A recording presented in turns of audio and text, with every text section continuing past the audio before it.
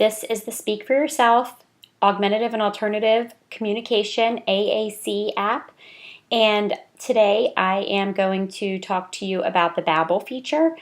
So what you see here is that a lot of buttons have been closed so that there's not as much visually distracting on this screen. If you are not familiar with open and close, if this is the first video that you're watching, you may want to go back and start with the open and close video or watch the overview video. What you could do is you could actually limit the number of buttons that are seen on each screen and then go ahead back in and open them as your learner starts to acquire more language and the need for additional vocabulary.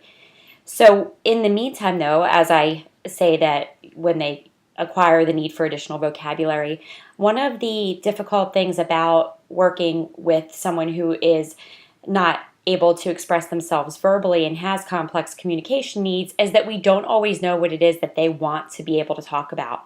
So we can start with what we think they're interested in. We could start with what we think is exciting and motivating for them, but in actuality, it may be something that they've never had the opportunity to express to us before. So what you see here is a custom configuration where you might start with somebody so that they have some vocabulary, but so that they're not overwhelmed. What the Babble feature does is it allows the person using the AAC system to explore and see if maybe there's something else that they find themselves that we would have never thought to program in or open for them. So the way the Babble feature works is if you touch in the top right-hand corner where it says Babble, what it's going to do is it's going to open the entire vocabulary of the Speak for Yourself app. So there are just under 5,000 words in the Speak for Yourself AAC app out of the box, and each of these buttons has the capacity to hold additional vocabulary and categories under them. So right now, if you see the little corner cutout on the button, that means that it's going to link to another page. So, for example, if you look in the center of the screen where Read is, where the book icon is, if I touch, you see the little corners cut out there. If I touch that, it's going to go to a secondary screen of school-related information and school-related vocabulary. So you have all of that there. Once the student selects something, say they select book, then it's going to come back to that main screen.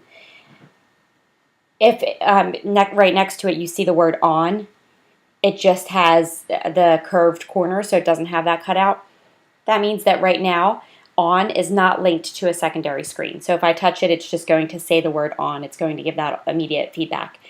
So Babble allows a student to go in, and if you see that they keep going into a category, so for example, say they keep going into ride down here on the left, and they have all of these different vehicles, and they keep going in and selecting different vehicles, that gives you the indication that maybe you should open that button for them so that they have access to those words all the time. And also, it gives you some ideas of activity planning. If they're very interested in vehicles, that might be a good place to kind of get them motivated to communicate, to start bringing some of those words and that vocabulary into your sessions and, building core vocabulary, of course, around that. Now, when you're finished and you're done exploring, what happens is if you hit that Babble button again up in the top right-hand corner, it's going to go back to whatever your custom setting was, whatever your custom open configuration is. So if you go to open close on the top right-hand corner and you want to open the ride button, you can do that. And now you'll see that that's visible. When you hit Babble again, it's going to remember that you opened ride.